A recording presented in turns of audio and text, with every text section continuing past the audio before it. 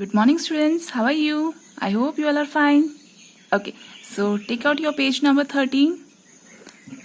Up till here we have done. Now we are going to start from here. So, from here, write down here today's date. So, date is 29.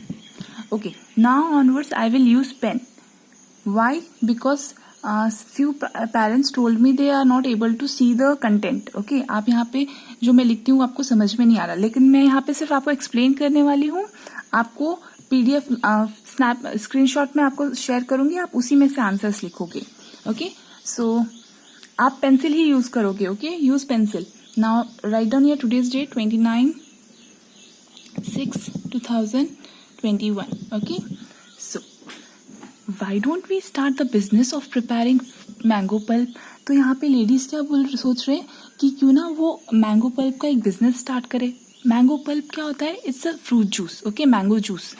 सो आप mango का जो भी juice होता है ना, उसको हम मैंगो पल्प बोलते हैं ना.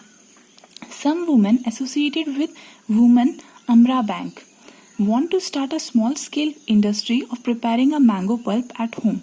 So यहाँ पे कुछ वुमेन सोच रही है कि जो वुमेन अमरा बैंक है उसके अंदर कि वो बिजनेस स्टार्ट करे. स्मॉल स्केल इंडस्ट्री क्या होती है? मतलब जहाँ पे कम लोग होते हैं. ठीक है, it is something around up to 25. Okay, 25 ही पीपल वहाँ पे काम करते हैं, तो उसको स्मॉल स्केल इंडस्ट्री बोलते हैं. तो वो क्या करेंगे, घर पे रह के मैंगो पल्प प्रिपेयर करेंगे. मतलब ये मैंगो जूस होता है ना, वो इस तरह प्रिपेयर करेंगे एंड ये उन्हें फिर बाद में जाके सेल करेंगे और उससे वो अर्न करेंगे. So they have acquired a place from panchayat for it. So इसकी वजह से मैंगो पल्प का बिजनेस स्टार्ट करने के लिए पंचायत से उन्होंने एक प्लेस रजिस्टर कर लिया है.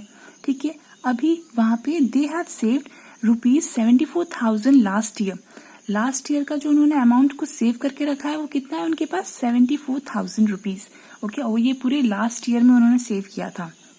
दे made calculation of the amount of investment required to start up this new industry. ये न्यू बिजनेस स्टार्ट करने के लिए उन्होंने इतना अमाउंट सेव करके रखा था.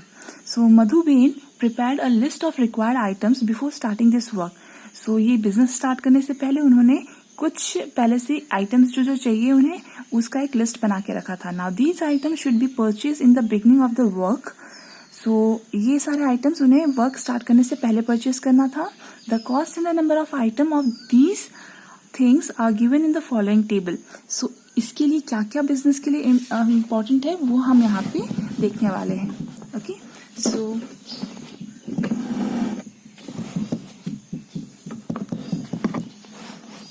okay, so this is the table given. Now with the help of pencil you are going to write down. वो क्या खरीदने वाले? Mixer grinder. ओके, जो ग्राइंड करने वाली मिक्सी होती है ना, mix grinder. So they are going to purchase that. Cost is 3,001. Okay, एक ही आइटम, यही एक ही मशीन परचेज करने वाले. तो कितना अमाउंट हो जाएगा?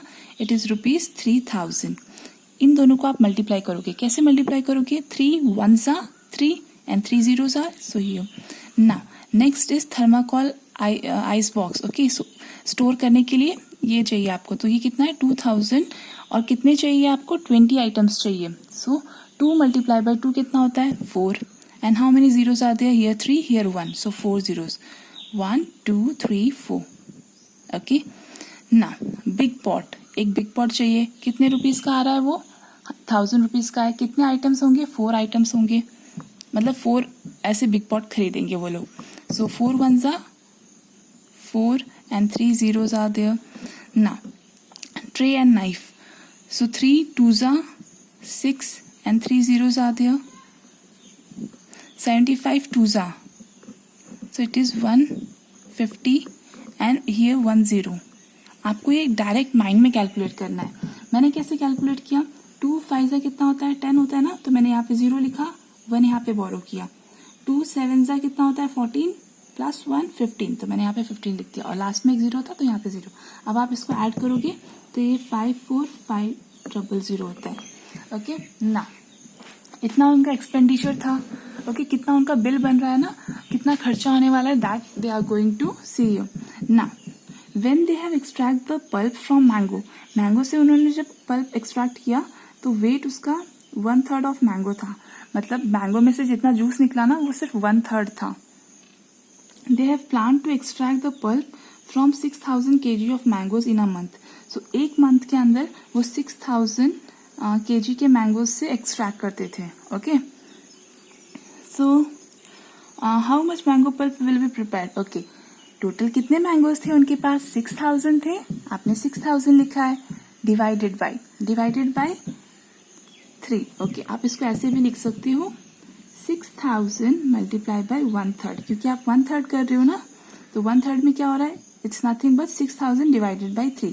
तो कितना होगा? 2,000 kg. तो इतना पल्प वो प्रिपेयर कर रहे हैं 1 मंथ में. Okay, now next is Madhuben, let's calculate for first 6 kg of mangoes. Okay, for purchase of mangoes. Mango purchase करने के लिए उन्हें कितना रुपीज चाहिए? 15 rupees per KG. 1 kg purchase करने के लिए 15 रुपीज ले रहे हैं वो लोग. ओके, नाउ और अगर जब उन्हें सेल करना है, okay, while selling, okay, at that time 1 kg के लिए वो 70 रुपीज में बेच रहे हैं, तो उन्हें कितना ज्यादा प्रॉफिट हो रहा है? Okay, so at the time of purchase the amount was rupees 15, while selling the amount was 70. Now we have to answer these questions. With the help of pencil you are going to write. Okay,